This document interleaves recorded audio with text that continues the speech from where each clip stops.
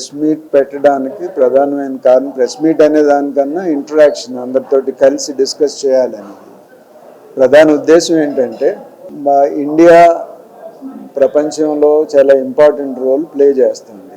మనం 200 దేశాలకి మందులు సప్లై చేస్తున్నాం.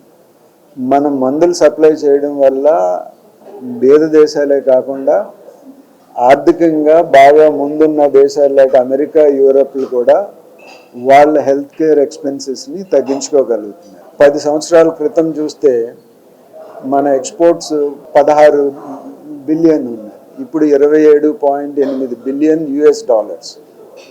మనం ఈ సంవత్సరం చూసుకున్నప్పుడు, ఫైనాన్షియల్ ఇయర్ 24 చూసుకున్నప్పుడు 27.8 బిలియన్ డాలర్లు మనం ఎక్స్పోర్ట్స్ చేసాం విత్ 9.6% గ్రోత్.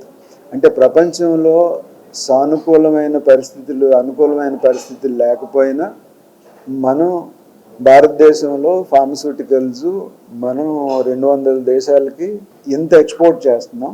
అలాగే ఫ్యూచర్ కూడా బాగోవాలని అంటే మనం ఈ సాంప్రదాయకమైన జనరిక్ డ్రగ్స్ తయారు చేయడమే కాకుండా న్యూ డ్రగ్స్, రీసెర్చ్, ఇన్నోవేషను దానిలో కూడా పనిచేయవలసిన అవసరం ఉంది.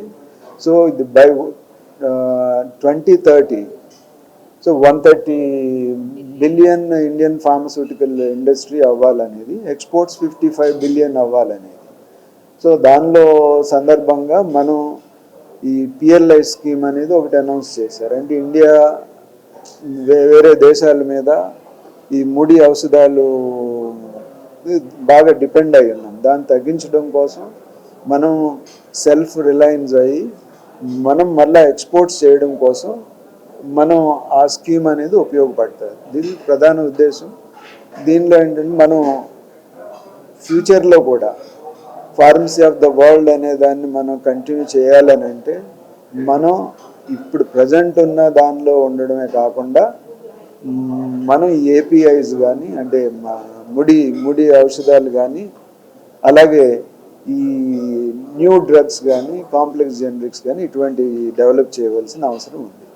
ఛాలెంజెస్ ఈరోజు ఏంటంటే, ఇంతకుముందు నేను మాట్లాడినట్టుగా ప్రపంచంలో అన్ని దేశాలు పర్టికులర్గా కోవిడ్ తర్వాత వేరే వాళ్ళ మీద ఆధారపడకూడదు, మనమే చేసుకోవాలని అంటున్నారు. చేయగలిగే వాళ్ళు, చేయలేని వాళ్ళు కూడా అదే అంటున్నారు. సో ఆ ట్రెండ్ అనేది కంటిన్యూ అయితే that is one of the biggest challenges ఇండియాకి. 2, ఇప్పుడు LDC స్టేటస్ ఉన్న కంట్రీస్ ఉన్నాయి. వాళ్ళు కానీ ఇప్పుడు సపోజ్ ఇండస్ట్రీ స్ట్రాంగ్గా ఉన్న వియత్నాం ఉంది, లేదంటే చైనా ఉంది, different countries and new players also may pitch in. So మనం వాళ్ళందరూ మనతో కాంపీట్ చేసేయడానికి it's not a space left to only India. The space is open. అంటే ఎవరన్నా కంపీట్ చేయగలరు, ఎవరు ఓపిక, ఎవరు స్కిల్ ఉంటే అది. So that is one of the biggest challenges.